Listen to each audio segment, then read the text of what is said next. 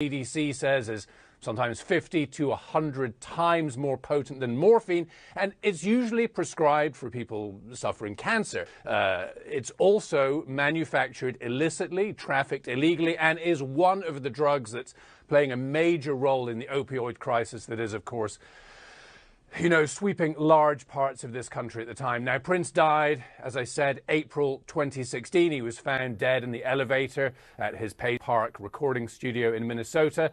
And, he had at least suffered from chronic pain throughout his life. He had hip issues from performing, wearing those high shoes. That's one report. I also spoke to one of his ex-wives who said that, she never saw him drunk. She never saw him using marijuana, but she was suspicious perhaps at times that there were some prescription drugs that he may have been using and may have been abusing. But, she said he was not a party guy. He was also a very, very private individual. So we are this morning just one more inkling of how he died. John. Nick Watt, thank you very much. Thrilled, by the way, to have you at CNN. They couldn't keep us apart. Thanks, Nick. We do have breaking news. An arrest has made one day after a series of suspicious packages were sent to military and government locations across Washington. Our Justice reporter Laura Jarrett joins us now with the details. Laura, give us the details. Well, John, the man has not been identified, but a law enforcement tells us that arrest has been made early this morning in Seattle.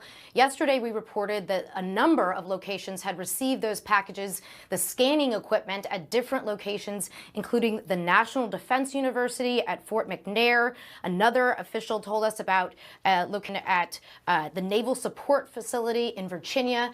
And all of these devices, we're told, were somewhat crude. They were not set to cause a fatality if they went off. They had black powder, but certainly officials were on high alert given the situation in Austin last week, John. All right, Laura Jarrett, thank you very, very much. We do have some live pictures to show you from Baton Rouge in Louisiana. We are expecting an announcement very shortly from there. The family of Alton Sterling, who was killed 2 years ago by Baton Rouge police officers. The family has been meeting with the Attorney General of that state. We are expecting an announcement very, very shortly to see if there are any charges or will be any charges filed against those officers. I understand from people down at the scene, they've been watching. The family just left that meeting and they were in tears. No word yet on what that means. We have not heard from the family. Again, we are expecting to find out very, very shortly to find out if charges will be filed. Other news to tell you about: the woman at the center of the Supreme Court case that desegregated America's schools has died. And when school started, my friends would, in fact, take their books and walk 4 blocks to the all-white school, and I would have to be bused clear across town. And I just didn't understand that. I only knew that I wanted to go to school with the children that I played with on a daily basis. That's Linda Brown, the lead plaintiff. Her father actually was the lead plaintiff in the historic Brown versus Board of Education case.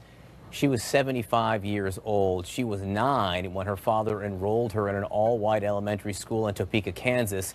After she was denied admission, her father sued. The landmark case ended racial segregation in schools, a major milestone.